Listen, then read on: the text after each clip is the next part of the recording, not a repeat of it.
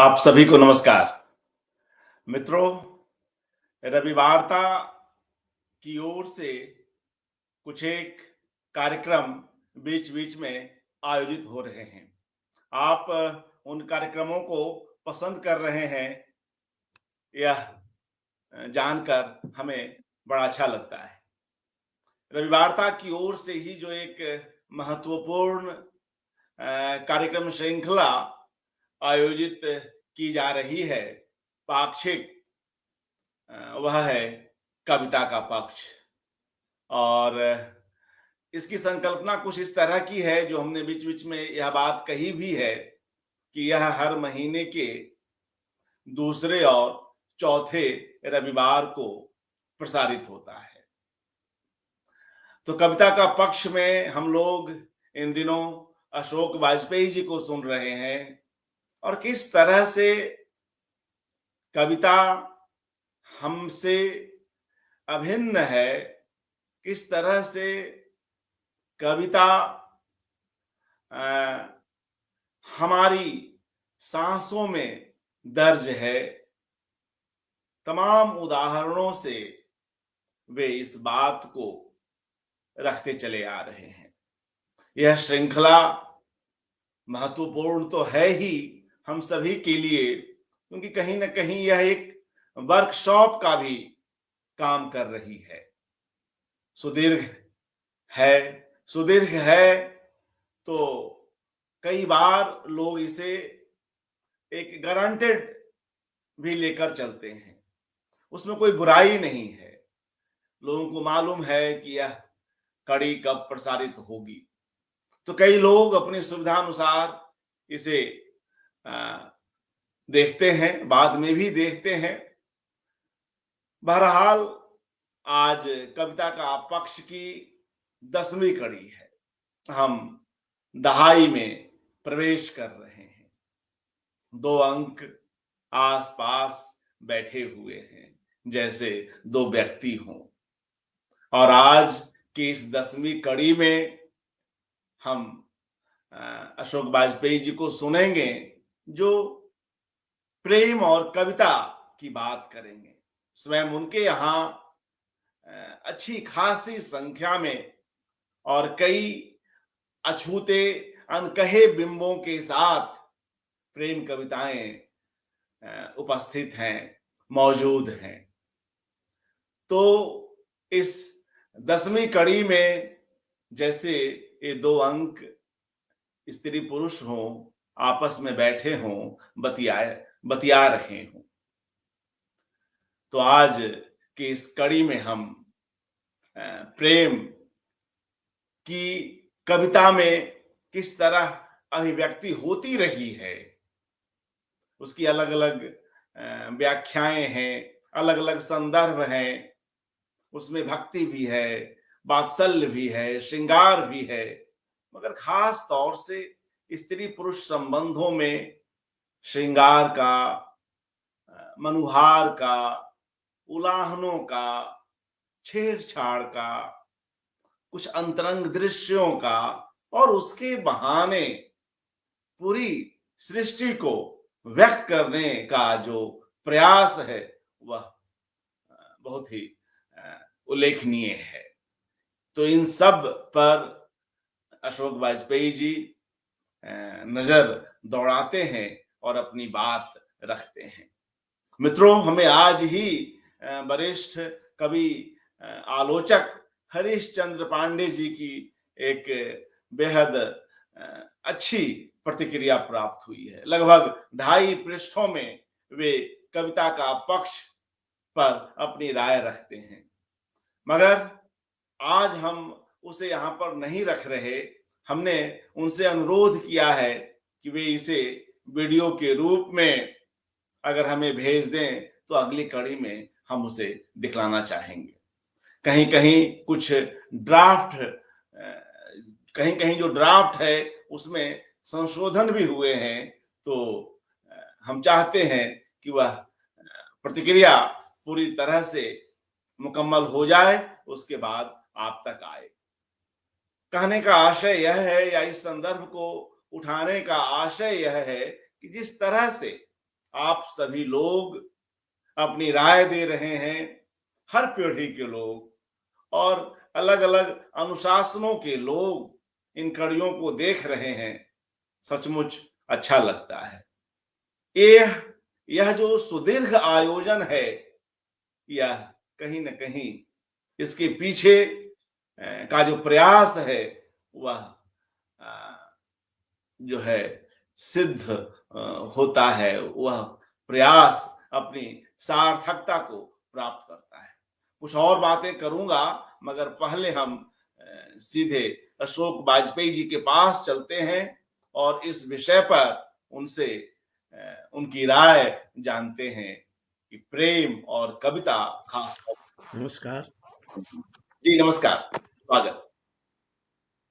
कविता का पक्ष इस कड़ी में आज हम कविता और प्रेम के संबंध पर कुछ बात करेंगे और कुछ कविताएं पढ़ेंगे।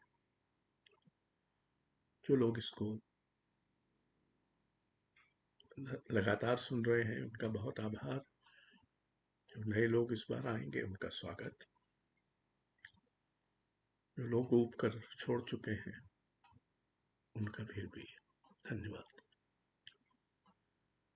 कविता और प्रेम पर बात करने से पहले आपको ये याद दिलाना जरूरी है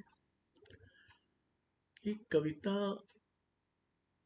संसार के अनुराग से उत्पन्न होती है।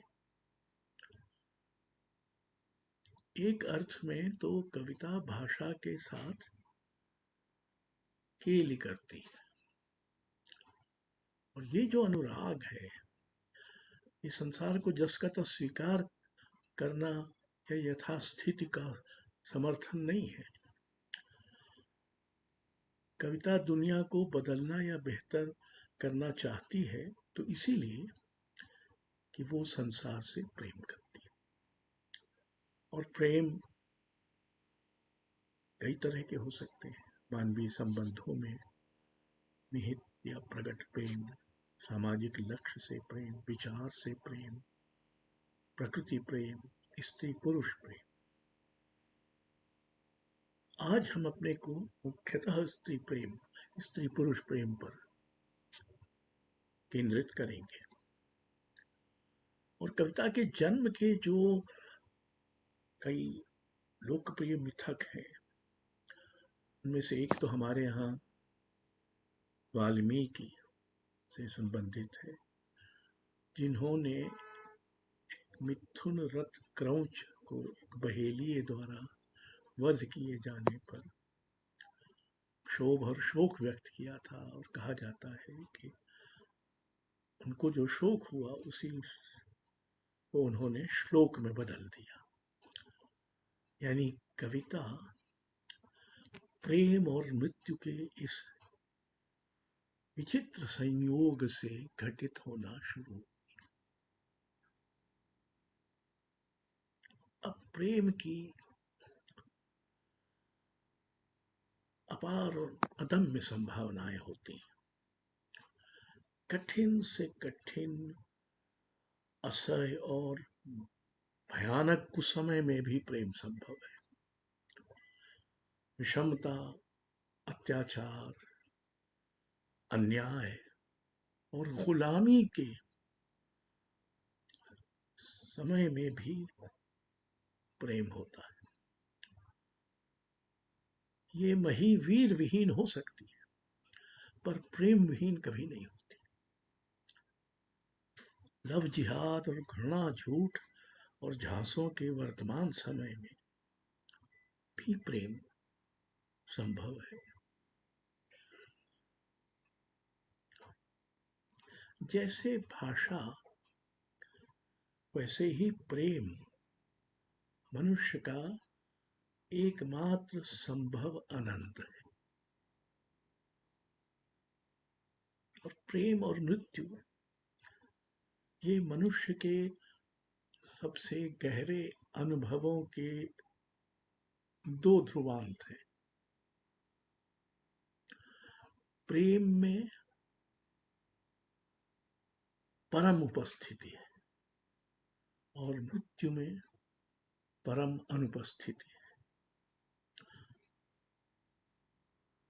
और प्रेम सब कुछ को, समय और दारुणता को, समाज, रीति रिवाज, नीति, नैतिक मर्यादाओं, धर्म, इन सब को अतिक्रमित करता है, कर सकता है। प्रेम अपने को दूसरे में खोजना, दूसरे में पाना है। और ये जो अनिवार्य द्वैत है अपने और उसके बीच, अपने और पर के बीच, उसको मिटा देना। और प्रेम से महान काव्य संसार की लगभग हर भाषा और हर बोली में संभव हुआ है, और हिंदी में भी जाहिर है कि प्रेम कविता की लंबी परंपरा है। भक्ति मनुष्य और ईश्वरीय प्रेम के समन्वय का दूसरा नाम है। कबीर जो अन्यथा अपनी भ्रुकुटी ताने रहते हैं, कहते हैं, खुले नयन मैं हंस हंस देखूं, सुंदर रूप निहारूं। और फिर छायावाद से लेकर अभी तक कविता में प्रेम एक प्रमुख थीम के रूप में बना रहा है। ऐसा भी वक्त था, और उस वक्त से मैं गुजरा हूँ निजी रूप से कवि के रूप में, जब मेरे प्रेम कवि होने को एक असामाजिक कर्म माना जाता था। जब इतना भयानक समय है और सामाजिक यथार्थ इतना विकृत और विद्रूप है, तब प्रेम की बात करना, इस सब को हाशिए में डालना है, वगैरह वगैरह, इस तरह के आरोप लगते थे। बहरहाल, जैसे प्रेमी प्रेम करने से नहीं रुकते, सो मैं भी प्रेम कविता करने से नहीं रुका। अक्सर प्रेम और प्रकृति का भी बड़ा गहरा संबंध रहा, जैसा कि आप थोड़ी देर में देखेंगे। प्रेम के लिए बिंबों, रूपकों, स्मृतियों इत्यादि का सबसे बड़ा संचयन प्रकृति में ही है। प्रकृति ही वो स्रोत है। अब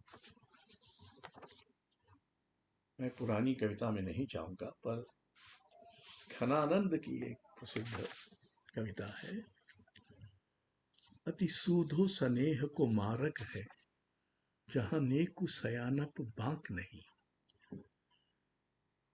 तहां साचे चले तजी आपन को, झजके कपटी से साक नहीं।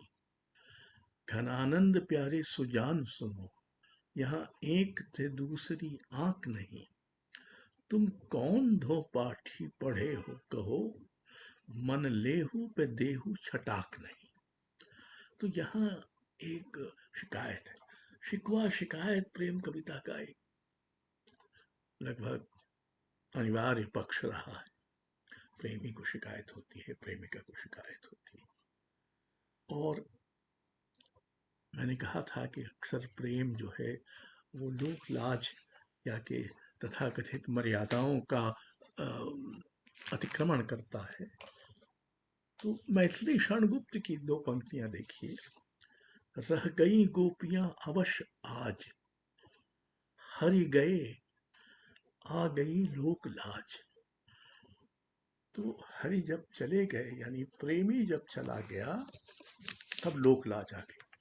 जब तक प्रेमी था तब तक लोक लाज नहीं थी। ये मैथिली क्षणगुप्त कह रहे, माखनलाल चतुर्वेदी। उनकी सौ सौ मधु सांसों पर उच्छ्वास कहीं बन पाती मैं, 100 सपनों का सावन भादो मास कहीं बन पाती मैं। जब रूप निगोड़ा हृदय को सूली पर टंगवाता होता, तब गुण का गल फंदा कसकर साजन के तमरथ जाती मैं। तो ये एक तरह का तो आप देखेंगे कि प्रेम के कितने रूप और कितने क्षण कविता में अंकित है। कविता समय को इस तरह से आंकती चलती है कि फिर वो कभी व्यतीत नहीं होता। वो अपने भौतिक रूप में भले बीत गया, लेकिन कविता में बना रहता है। जयशंकर प्रसाद की प्रसिद्ध पंक्तियां हैं, तुम कनक किरण के अंतराल में लुक छिप कर चलते हो क्यों? तुम कनक किरण के अंतराल में लुक छिप कर चलते हो क्यों? नतमस्तक गर्व वहन करते, यौवन के घन रस कन ढरते, हे लाज भरे सौंदर्य बता दो, मौन बने रहते हो क्यों? तो यहाँ शिकायत है सौंदर्य से कि वो मौन क्यों? सुंदरता अक्सर नहीं बोलती है। और हम एक ऐसे समय में रह रहे हैं जहाँ असुंदर बहुत चीखता चिल्लाता है। बहरहाल, महादेवी वर्मा एक हमेशा पछतावे का भाव प्रेम की कविता में कभी कभी मिलता है। जैसे तुम आ जाते एक बार, कितनी करुणा कितने संदेश, पथ में बिछ जाते बन पराग, गाता प्राणों का तार तार, अनुराग भरा उन्माद राग, आंसू लेते वे पद पखार, हंस उठते पल में आर्द्र नयन, धुल जाता होठों से विषाद, छा जाता जीवन में वसंत, लुट जाता अर्चित संगीत विराग, आंखें देती सर्वस्व वार, तुम आ जाते एक बार। श्रीमंगल सुमन की प्रसिद्ध पंक्तियां हैं, मैं नहीं आया तुम्हारे द्वार, पथ ही मुड़ गया था। उर्दू शायरी में प्रेमिका के घर, माशूक का के घर की गली जो है उसका बड़ा विशद वर्णन होता रहा है। हरिवंश राय बच्चन, रात आधी खींच कर मेरी हथेली, एक उंगली से लिखा था प्यार तुमने, फासला था कुछ हमारे बिस्तरों में, और चारों ओर दुनिया सो रही थी, तारिकाएं ही गगन की जानती हैं, जो दशा दिल की तुम्हारे हो रही थी, मैं तुम्हारे पास होकर दूर तुमसे अध जगा सा और अध सोया हुआ था, रात आंधी खींच कर मेरी हथेली, एक उंगली से लिखा था प्यार तुमने, एक बिजली छू गई सहसा जगह में, कृष्ण पक्षी चांद निकला था गगन में, इस तरह करवट पड़ी थी तुम के आंसू बह रहे थे इस नयन से उस नयन में, मैं लगा दूं आग उस संसार में है प्यार जिसमें इस कदर असमर्थ कातर, जानती हो उस समय क्या कर गुजरने के लिए था कर लिया तैयार तुमने, रात आधी खींच कर मेरी हथेली, एक उंगली से लिखा था प्यार तुमने। यहाँ दूरी और कुछ न कर पाने की, प्रेम में कुछ कर न पाने की जो स्थिति है उस पर बच्चन की कविता है। नरेंद्र शर्मा, जिन्हें हम लगभग भूल ही गए, जबकि कई लोग मानते थे उस जमाने में कि वो बच्चन से अधिक प्रगति में सघन कवि थे।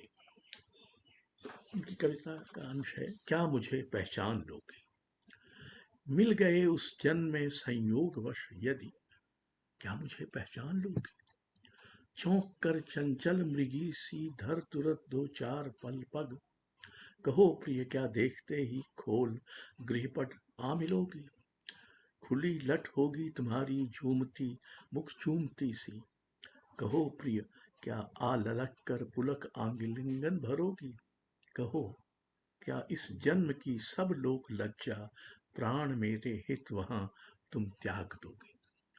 तो एक लोक लाज है जो हरि के जाने पर गोपियों पर वापस आ गई है, और यहाँ ये कामना है कि प्रेमिका लोक लाज सब त्याग कर प्रेमी के पास आ जाए।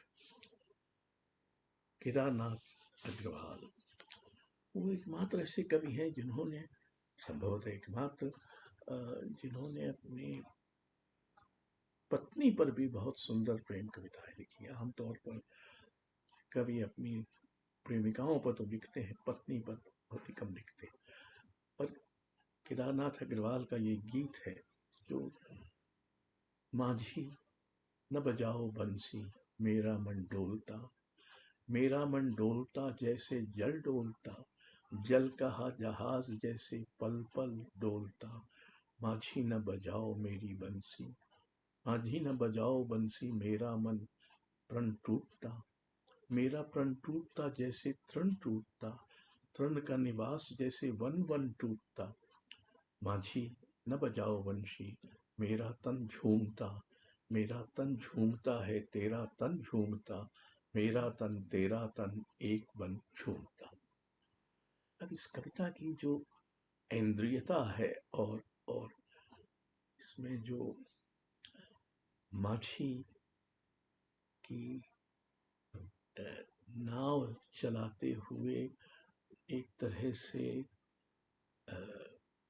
डोलने का भाव है, उसको कविता ने बहुत सुंदर ढंग से बचा के रखा है। त्रिलोचन शास्त्री, त्रिलोचन शास्त्री की एक कविता का आरंभिक अंश है, तुम्हें जब मैंने देखा, पहले पहल तुम्हें जब मैंने देखा, सोचा था इससे पहले ही सबसे पहले क्यों न तुम्हीं को देखा। ये जो सबसे पहले देखने का सौभाग्य और विस्मय है, उसको एक पंक्तियां कैसे गुथ देती। शमशेर बहादुर सिंह की एक लंबी कविता है आओ, जो हिंदी की श्रेष्ठ प्रेम कविताओं में से है। उसका एक अंश है, हाँ तुम मुझसे प्रेम करो जैसे मछलियां लहरों से करती हैं, जिनमें वो फंसने नहीं आती, जैसे हवाएं मेरे सीने से करती हैं, जिसको वह गहराई तक दबा नहीं पाती। तुम मुझसे प्रेम करो जैसे मैं तुमसे करता हूं। आई नो, रोशनाई में घुल जाओ और आसमान में मुझे लिखो और मुझे पढ़ो। आई नो, मुस्कुराओ और मुझे मार डालो। आई नो, मैं तुम्हारी जिंदगी। शमशेर के यहाँ प्रेम में जो इंद्रियता है वो बहुत कम लोगों में आ पाई। श्रीकांत वर्मा, उनकी दो छोटी छोटी कविताएं हैं, उत्तर प्रेम 2 और उत्तर प्रेम 3।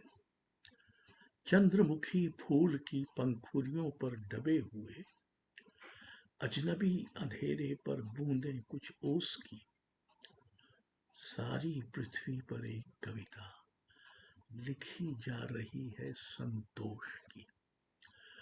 ये जो केली के बाद का संतोष है उसकी ओर इंगित है।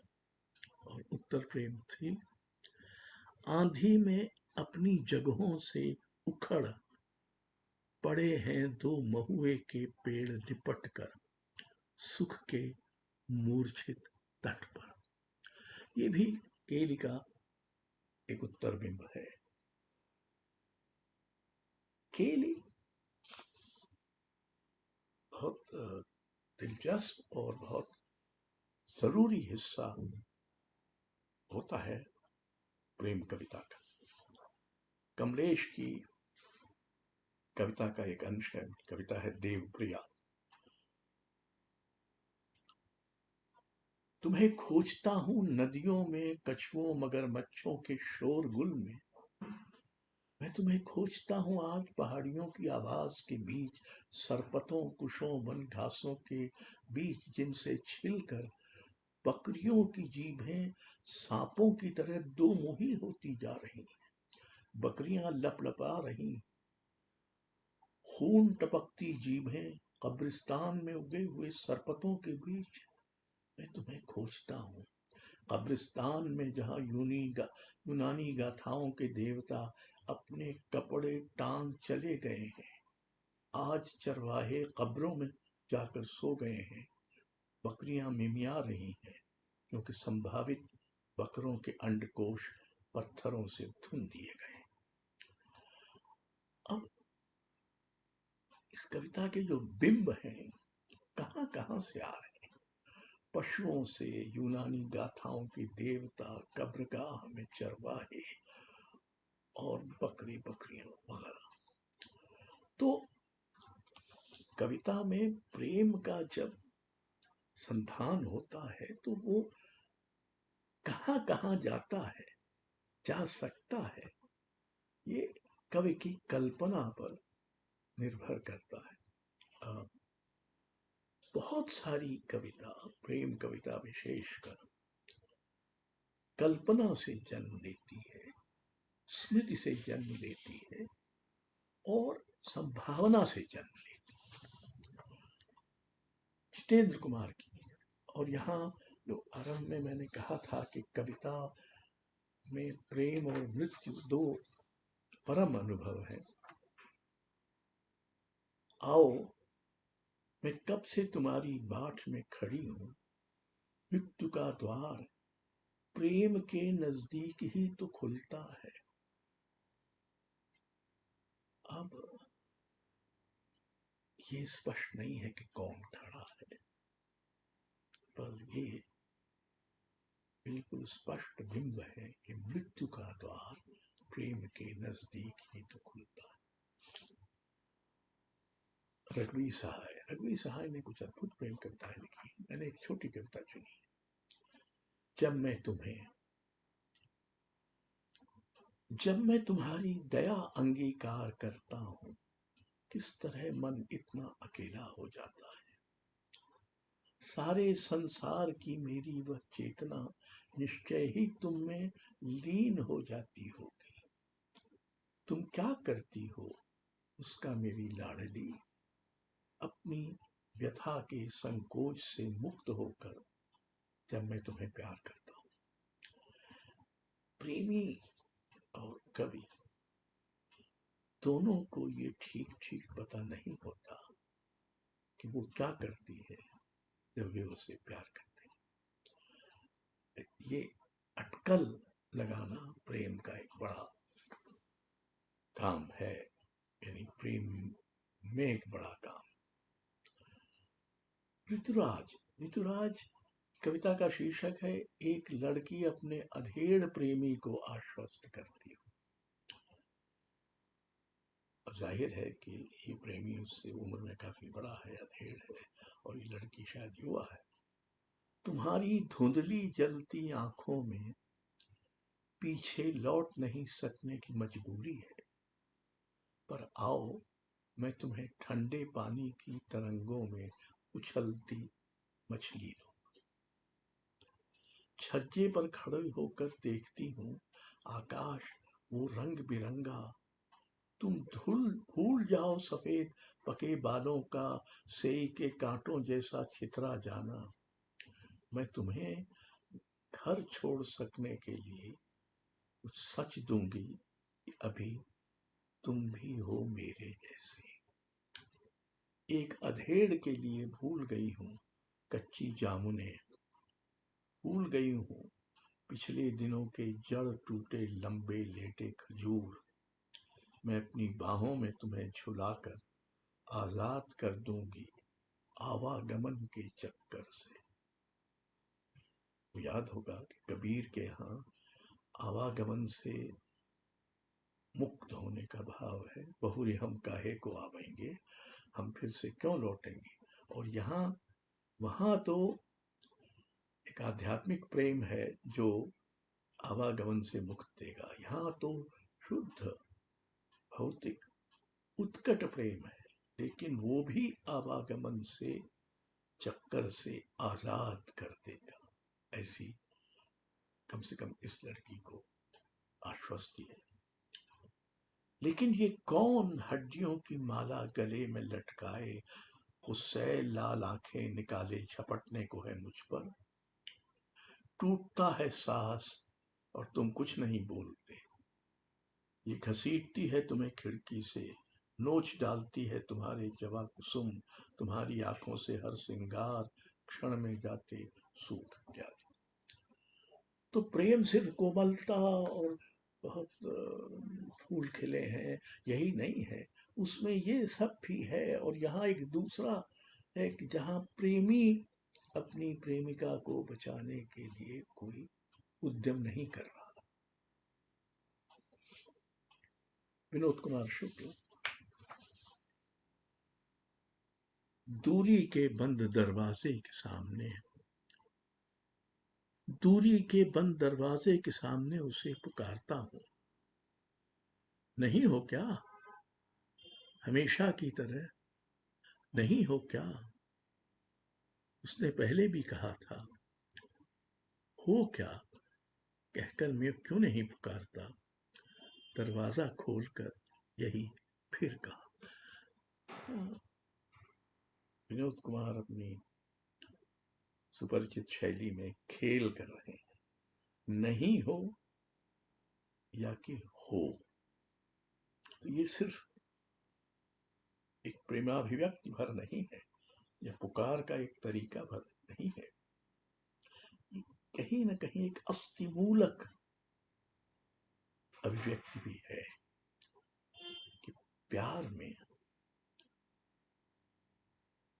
हो या नहीं हो, होने और नहीं होने दोनों की एक तरह की तात्कालिकता होती है।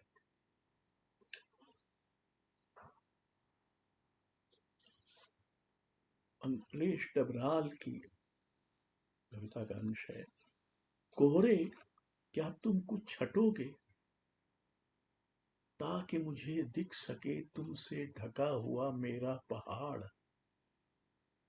पहाड़ क्या तुम कुछ झुकोगे ताकि मुझे दिख सके तुम्हारी ओट में छुपा हुआ मेरा प्रेम। ये जो एक विराट सच्चाई से तदात्म करने का भाव है, तदात्म होने का भाव है, ये प्रेम में अक्सर होता है। प्रेम कविता का एक औचित्य ये भी है कि वो तादात्म का भूगोल बहुत विस्तृत करती चलती। रमेश दत्त दुबे। ओ प्रिया, फैलती हरी धूप सी निशब्द और आसमान के टूटे रंगों सी आकुल। ओ प्रिया, तुम मुझे देखती हो और अपनी सलाइयों में नई नई गलियां बुनती हो। मैं बजते हुए नगर और चकचकाते मोहल्ले को अपने दोनों हाथों से ठेलता हुआ पहुंच जाता हूं तुम तक, लेकिन तुम नई नई गलियां बुनती हो, दूरियां घटाती हुई। ओ नदी, तुम मुझसे लिपट कर भी बूंद बूंद झरती हो, भूखंड गलाती हुई। ओ पुष्पित डाल, तुम मुझे छूकर भी फूल फूल झरती हो, नगर मोहल्ला और गली को दबाती हुई। ओ प्रिया। एक छोटी सी कविता में हरी धूप, आसमान के टूटते रंग, नई बुनी जा रही गलियां, नगर मोहल्ला, नदी, पुष्पित डाल, ये सब क्रिया होती चलती। जितेंद्र कुमार की एक और कविता, ये क्या है फिर प्यार, कि मैं उसे केवल हल्के से अपने पास खींच लेना चाहता हूँ, हल्के से उसके कान में कह देना चाहता हूँ, वसु तू मुझे याद रखना वसु। एक लता ने मुझसे लगकर ऊपर जाना सीखा, अब वो मेरे सिर से भी ऊंची है, उस लता का नाम पड़ा शैलजा। अब आप ये अटकल लगा सकते हैं कि ये एक प्रेमिका है कि दो हैं, वसु है, शैलजा है, या कि दोनों एक ही हैं, या कि नहीं भी हैं। गगन गिल, दुनिया की किसी भी चीज पर कोई बस नहीं तुम्हारा इस समय, सुने जा रही है अपने एकांत में घंटी उन अंकों की जो घुमाए नहीं अभी तुम्हारी उंगलियों ने। कोई नहीं बचा सकता तुम दोनों को इस समय, कोई नहीं रोक सकता ना खून बहता तुम्हारी कनिका का इस समय। और एक कनिका का नाखून बढ़ने का जो समय है, उस समय से लेकर किसी भी चीज पर बस नहीं तुम्हारा।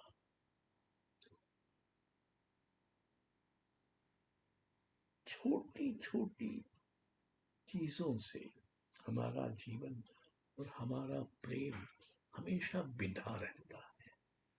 वो ऐसे ब्यौरे हैं, ये छोटी चीजें, नाखून का कटना वगैरह, जो हमारे जीने की क्रिया में, जीने के कर्म में इतने रसे बसे। और कविता इसका नोटिस लेगी। रुस्तम की एक कविता है, रोशनियों की लड़ी है, सूर्य रोशनियों की लड़ी है मृत्यु के आलोक में,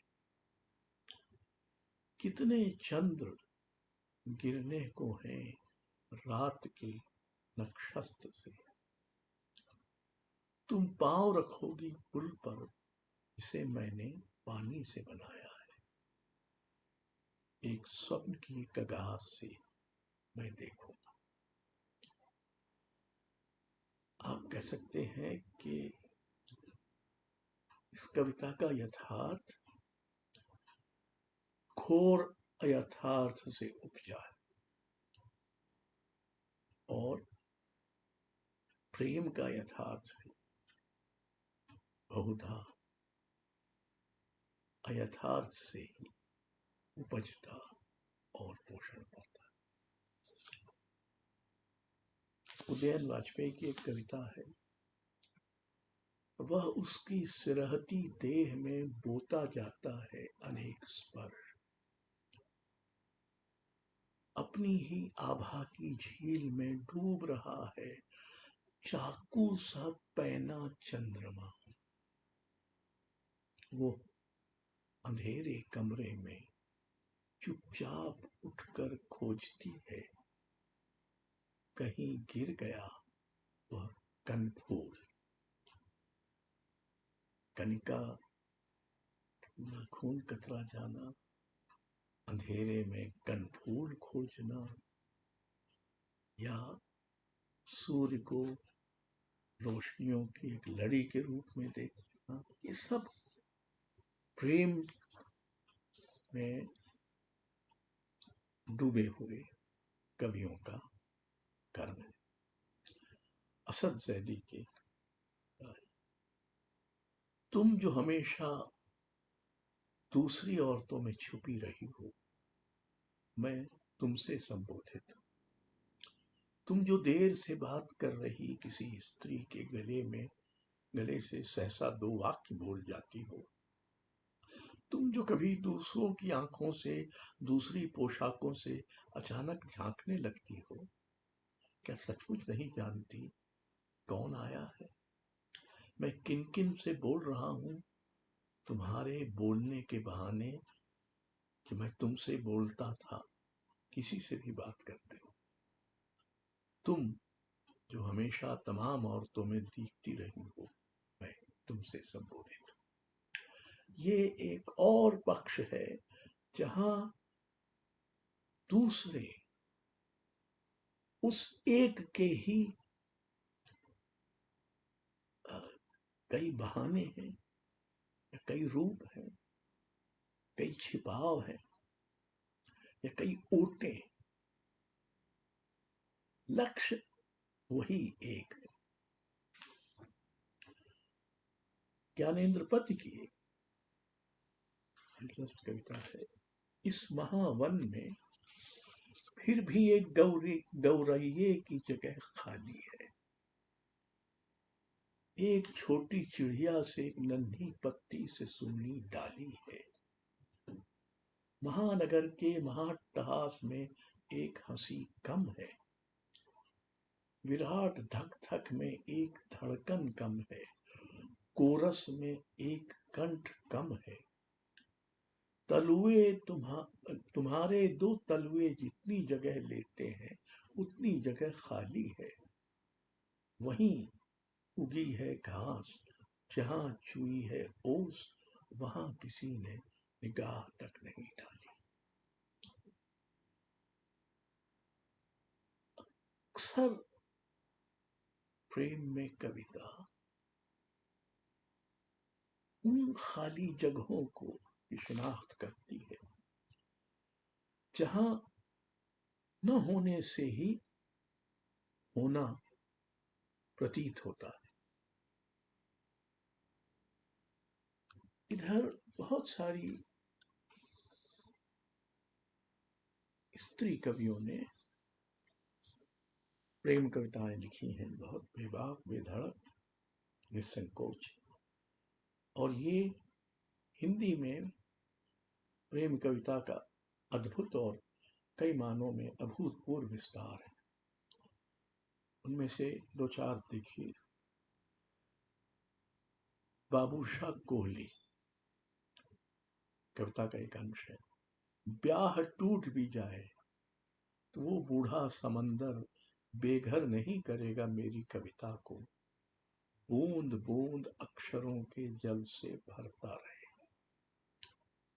तुम्हारे हृदय पर जब कभी तुम्हारे हृदय पर चलेंगे जब कभी स्मृतियों के ऊंट, जिनके मुंह में जीरे भर मेरा भी स्थान होगा। मुझे तुम समय के कड़ाह में झोंक देना, प्रीत की सारी सामग्री मिला व्यंजन बना लेना। कोई युवा राहगीर अपनी पोटली में बांध ले जाएगा यह व्यंजन अपनी अर्धांगिनी के लिए।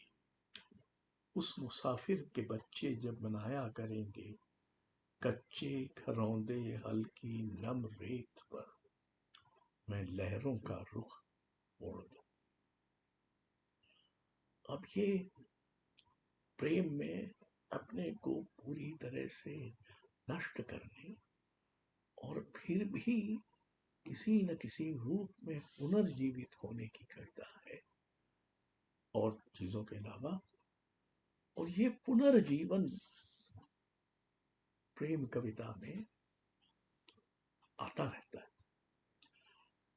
अनामिका की अनु की कविता।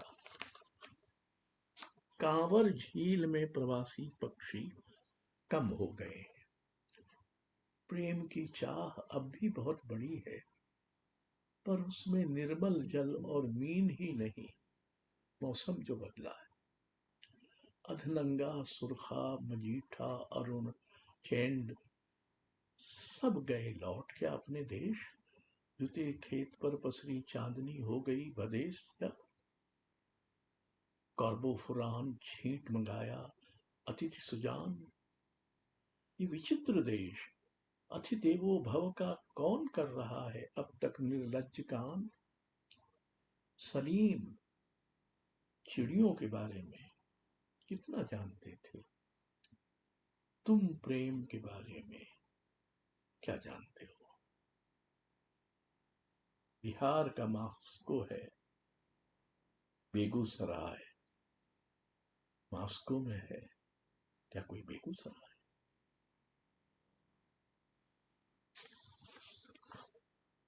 जोशना बनर्जी आडवाणी बांग्ला भाषी होने के कारण बांग्ला की बहुत सारी अंतर्ध्वनियों को हिंदी में ले आई। और उनकी एक कविता देखें, शरद के छत्ते में नहीं रखा जा सकता तुम्हें, वहां से तो तुम्हें कोई भी निकाल लेगा। तुम्हें छिपाने के लिए कुछ गुप्त जगहें ढूंढी हैं मैंने, उन जगहों पर जहां देख नहीं सकती तुम्हें कोई आंख और छू नहीं सकते कोई हाथ। तांत साड़ी के कमर वाले हिस्से में लपेटा है तुम्हें, मछली के कांटे में फांस के रखा है। चुभने पर पेट में सुरसुरी होती है। खुदीराम बोस की तस्वीर के पीछे हर दिवस खींच देती हूँ एक लकीर। लकीरों की गिनती बराबर फांसी लगती है हर दिन मुझे। नमक पानी के सेंक में कैद किया है तुम्हें, सेंक की हल्की आंच से गरमाती है देह मेरी। बेलगोरिया के चौक पे टांग रखा है तुम्हें ट्रैफिक लाइट के लाल में। हुई साग खरीदते वक्त मेरी चाहना है तुम देखो मुझे। बंदोपाध्याय बाबू के हेयर ड्राई में नजर बंद हो तुम, नजर बट्टू की तरह उनसे कभी कभार फ्लर्ट करती हूँ मैं। माटी के गुल्लक के चिल्लरों में छिपा रखा है तुम्हें, खन के तो गर्व होता है। आलते में डुबा कर रखा है, छुलता है तो शीत छूता है मुझे। लिरिल साबुन पर गोदा है तुम्हारा नाम, मल मल कर स्नान करती हूँ दो बेला। शंख के गोले में ठूस रखी है अपनी एक कामना, संध्या वंदन में फूकने पर ब्रह्मांड में छितरती है ये कामना। कोई कुदाल कोई हल नहीं बंधे मेरे नक्षत्र से, मैं कहाँ रोपूं धाम तुम्हारे लिए प्रिय। किस रसोई में पकाऊं सोजनेर डाटा तुम्हारे लिए। शरद चंद्र की किताब भर केश बिछाए सो जाती हूँ हर रात। तुम आओगे तो क्या चंपा से समारोगे इन्हें ऐसा सोचकर। कितनी जगहों पर छुपाया है तुम्हें, बस नहीं छुपाया है तो अपने प्राण में। ये निकल भी जाए तो तुम बने रहना मेरे बाद प्रिय। मेरी गंध गंध बनकर चिपके रहना मेरे अस्तित्व से, गंध बिरोजा की तरह। इस कविता पर टिप्पणी करना व्यर्थ है क्योंकि ये बिल्कुल ही अलग ढंग से अपने प्रेमी को बचाए रखने, छुपाए रखने और अपने बाद भी बने रहने की कविता है। और अंत में रूपम मिश्र की कविता है, कायदे से मुझे एक जीवन अलग से मिलना चाहिए था तुम्हें प्रेम करने के लिए, जिसमें मैं तुम्हें कांस के फूलों के खिलने के ठीक ठीक दिन बताती। तरकुल के लंबे सांवले पेड़ कब पीले रंग के फलों से लद जाते हैं। चुभने वाले सरपत के पौधे भी कब अपनी फूलों से धरती कब मुख उजला कर देते हैं। प्रवासियों के लौटने के दिन कब आते हैं, अधघूंघट में ग्राम बालाएं कब लजाती फिरती हैं। धान की बालियों में कब दूध आता है, महुआ और टेसू कब जंगल को महका बहका देते हैं। कब कोयल बोलती है, कब खंजन खंजन पक्षी देवभूमि से लौट आते हैं। कविता देवभूमि नहीं, पर वो प्रेम की जन्मभूमि है, जिसे प्रेम ही एक तरह की देवभूमि में लगातार बदलता रहता है। उसमें देव की प्रधानता या केंद्रीयता नहीं है, केंद्रीयता तो है प्रेम की, प्रेमी की और प्रेमिका की। और इस संसार में इस तरह जीवित और उल्लसित, विरहाकुल, एक दूसरे से, एक दूसरे में व्याप्त होने की कामना से भरपूर जो स्थिति है, उसका अंकन करती हैं प्रेम कविताएं, और प्रेम को बीत जाने, पिछड़ जाने, समाप्त हो जाने से बचाती हैं।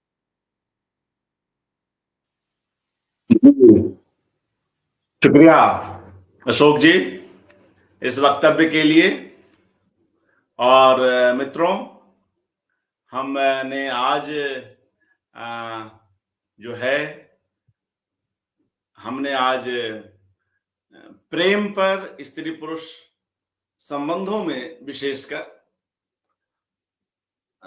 किस तरह की कविताएं हमारे यहाँ हैं, लिखी गई हैं, इस पर अभी अशोक वाजपेयी जी को सुना। कुछ और कविताओं को लेते हैं।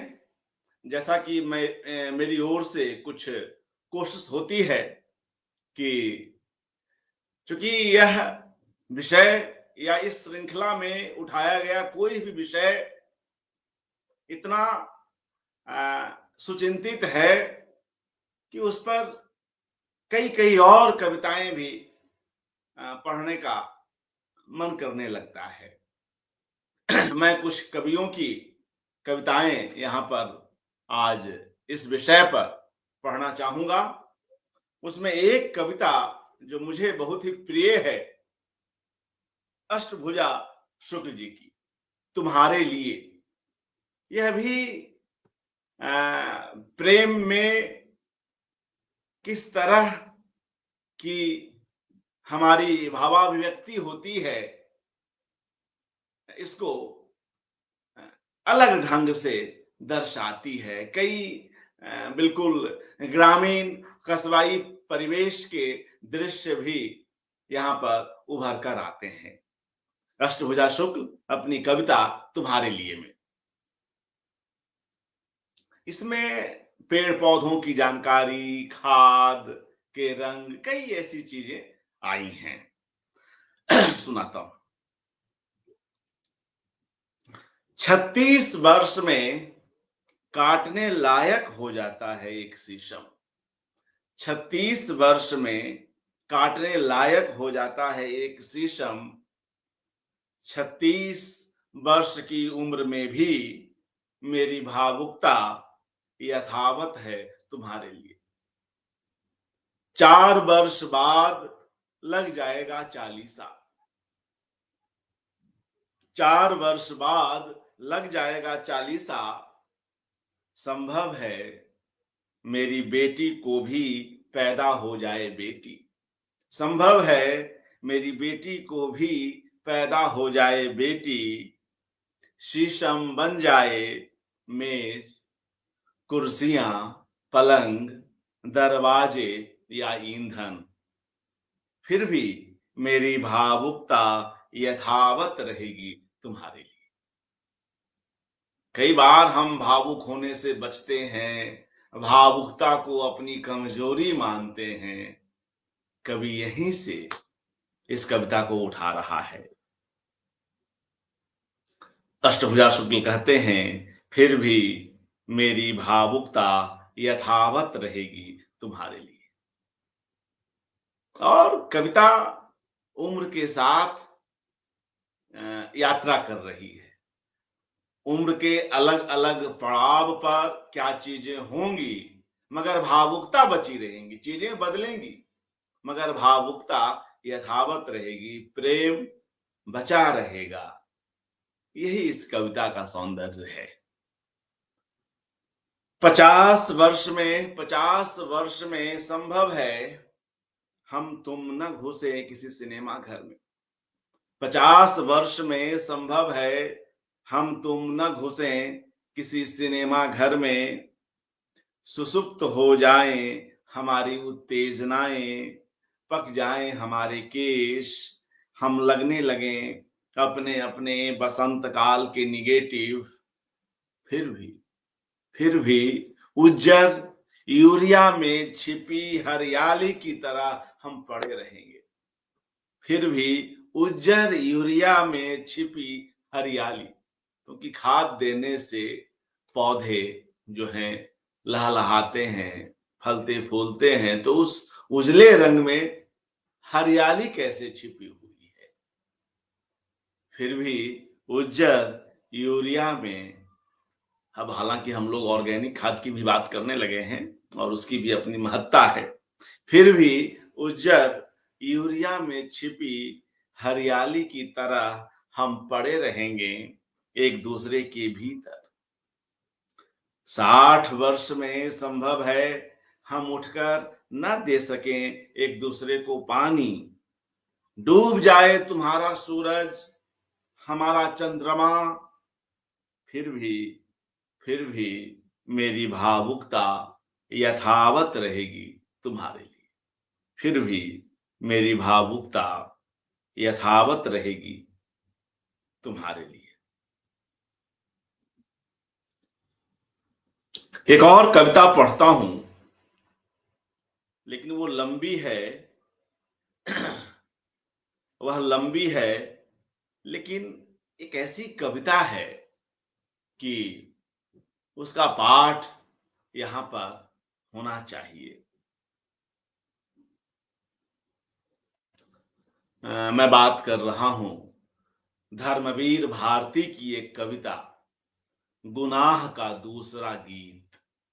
बहुत ही चर्चित कविता रही और कई जगहों पर यह कविता उद्धृत की जाती है। गुनाह का दूसरा गीत पढ़ता हूं।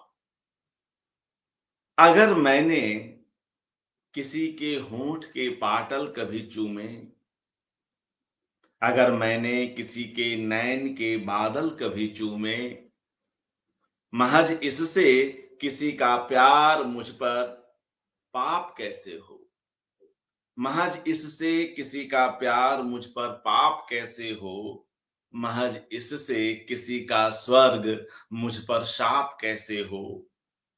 तुम्हारा मन अगर सींचूं, तुम्हारा मन अगर सींचूं, गुलाबी तन अगर सींचूं, तरल मलयज झकोरों से, तुम्हारा चित्र खींचूं प्यास के रंगीन डोरों से, कली सा तन, किरण सा मन, शिथिल सतरंगिया आंचल, उसी में खिल पड़े यदि भूल से कुछ होंठ के पाटल। किसी के होंठ पर झुक जाएं कच्चे नैन के बादल, महज इससे किसी का प्यार मुझ पर पाप कैसे हो। महज इससे किसी का स्वर्ग मुझ पर शाप कैसे हो। किसी की गोद में सिर धर घटा घन घोर बिखरा कर, अगर विश्वास सो जाए, धड़कते वक्ष पर मेरा अगर व्यक्तित्व खो जाए, न हो यह वासना तो जिंदगी की माप कैसे हो। किसी के रूप का सम्मान मुझको पाप कैसे हो। नसों का रेशमी तूफान मुझको पाप कैसे हो।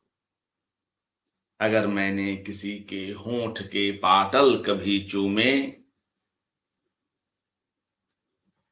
अगर मैंने किसी के नैन के बादल कभी चूमे, किसी की सांस में चुंदें, किसी के होंठ पर बूंदें, अगर अंगूर की परतें प्रणय में निभ नहीं पाती कभी इस तौर की शर्तें, यहाँ तो हर कदम पर स्वर्ग की पगडंडियां घूमी, अगर मैंने किसी की मद भरी अंगड़ाइयां चूमी, अगर मैंने किसी की सांस की पुरवाइयां चूमी, महज इससे किसी का प्यार मुझ पर पाप कैसे हो। महज इससे किसी का स्वर्ग मुझ पर शाप कैसे हो। मित्रों, यह दूसरा सप्तक में भी संकलित है। यह कविता आप जानते हैं, तार सप्तक, पहला सप्तक, तार सप्तक, दूसरा सप्तक, तीसरा सप्तक, तो ये जो श्रृंखलाएं आई अज्ञे की ओर से, तो ये कुछ एक कविताएं हमने और रखी और कई और कविताएं यहाँ पर पढ़ी जा सकती हैं। स्वयं अशोक वाजपेयी जी के यहाँ प्रेम पर, प्रेम के अंतरंग क्षणों पर कई ऐसी कविताएं हैं, मगर एक कविता पढ़ना चाहूंगा, लोहा। बहुत छोटी सी कविता अशोक वाजपेयी जी की, लोहा। और जो दिगंबरा, जो उनकी श्रृंखला है, वह तो अपने आप में अनूठा है। वह प्रयास, वह जिस तरह के वहां दृश्य बिंब आते हैं, जिस तरह से भाव आते हैं, जिस तरह से वे अंतरंग दृश्य एक बड़ी एक बड़ा रूप ले लेते हैं, एक उसका एक बड़ा ब्रह्मांडीय स्वरूप उभर कर सामने आने लगता है प्रेम का। फिलहाल लोहा पढ़ता हूं और दिगंबरा में से भी एक दो पढ़ना चाहूंगा। लोहा, अशोक वाजपेयी।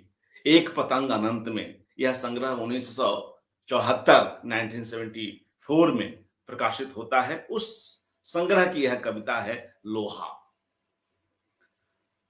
वह खिड़की, वह खिड़की जो भरी ठंड में नीचे तलघर की ओर खुलती है, लोहे की उसकी पुरानी सलाखें भोर के हल्के उजास में जानती हैं मेरे प्रेम को उसी तरह जैसे वे ठंड में ठिठुरती चिड़िया की गर्माहट की इच्छा को।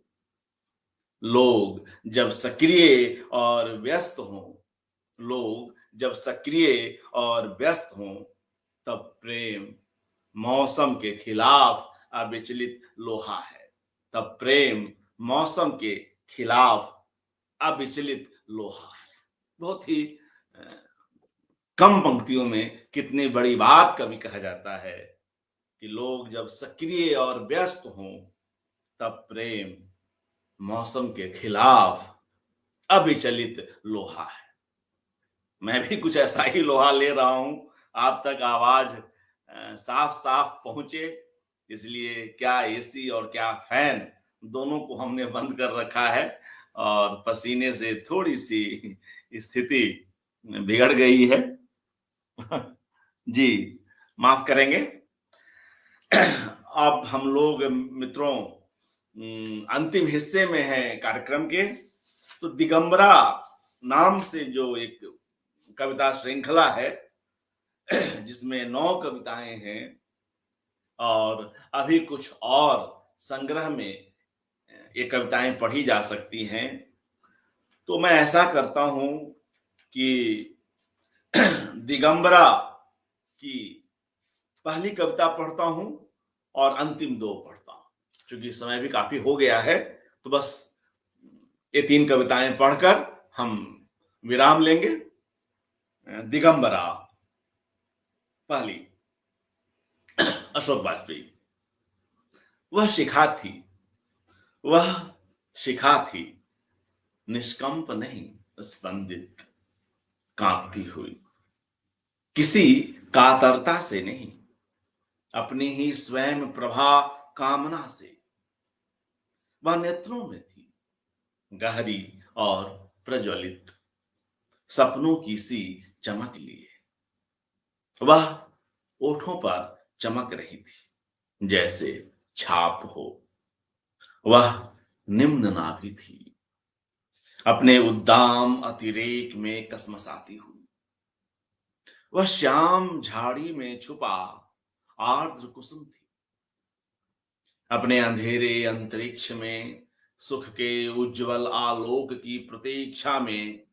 वह शिखा थी, उसकी पूरी देह दीपक थी, प्रेम में जलती हुई दिगंबरा, प्रेम में जलती हुई दिगंबरा। इस श्रृंखला की हर कविता बेहद विशिष्ट, मगर 2 अंतिम पढ़ता हूं, दिगंबरा 8 और दिगंबरा 9। 8 देखिएगा कैसे कवि जो है अपनी इस कविता में पूरा एक कॉस्मिक एटमॉस्फेयर रचता है। पृथ्वी ने उतार कर रख दी अपनी वनस्पतियां, नदियां और उपत्यकाएं। पृथ्वी ने उतार कर रख दी अपनी वनस्पतियां, नदियां और उपत्यकाएं। आकाश ने खोली नक्षत्रों की गांठें। सूर्य ने किनारे कर दिया अपना उत्ताप। चंद्रमा ने ओस से मुंह धोया। चट्टान ने सदियों की करवट ली। समय हुआ निरावरण, वह हुई दिगंबरा। समय हुआ निरावरण, वह हुई दिगंबरा। तो इस तरह से एक बेहद निजी, बेहद आत्मीय क्षण को ऐसी व्याप्ति देना, इसे दुर्लभ कवि कर्म कहा जा सकता है। और यह जो प्रेम है, प्रेम की जो अंतरंगता है, कविता में कैसे एक व्यापक स्वरूप ओढ़ लेती हैं, प्राप्त कर लेती हैं। और दिगंबरा 9, ढक नहीं सकी दिगंबरता स्वेद से। ढक नहीं सकी दिगंबरता स्वेद से। नख शिख चुंबन से, केली से। जैसे तैसे ढकी वह उसकी ही लज्जा से, उसकी ही प्रफुल्ल कामना से। बहुत छोटी सी कविता में स्त्री का मनोभाव उन क्षणों में क्या है, और उन मनोभावों में जो हल्की फुल्की क्रियाएं हैं, कवि उसे कैसे देख रहा है, कैसे व्यक्त कर रहा है। ढक नहीं सकी दिगंबरता स्वेद से। नख शिख चुंबन से, केली से। जैसे तैसे ढकी वह उसकी ही लज्जा से, उसकी ही प्रफुल्ल कामना से। तो मित्रों, आज के लिए इतना ही। आप सभी लोग जुड़े, आप सभी लोगों का हार्दिक आभार। हमारे साथ जोशना बनर्जी जी, महेश पुनीठा जी, यूसुफ जी, मुमताज खान जी, रजा फाउंडेशन, उदय भानु पांडे जी, संजीव बख्शी जी और तमाम दूसरे मित्रगण, कुछ एक के नाम मैं यहाँ ले पा रहा हूँ। अशोक वाजपेयी जी स्वयं इतनी रुचि से पूरे कार्यक्रम को देखते हैं और निरंतर इसमें हमारे साथ बने हुए हैं। एक के बाद एक कई बहुमूल्य सामग्री हमें उनसे प्राप्त हो रही है इस श्रृंखला के अंतर्गत। आप सभी लोगों का हार्दिक आभार हमसे जुड़ने के लिए। कविता का पक्ष यह कार्यक्रम फेसबुक के इस पेज पर है, रविवार्ता पर, और जो इसका इसी नाम से यूट्यूब चैनल है कविता का पक्ष, आप इसे वहां भी सुन देख सकते हैं। शुक्रिया, नमस्कार।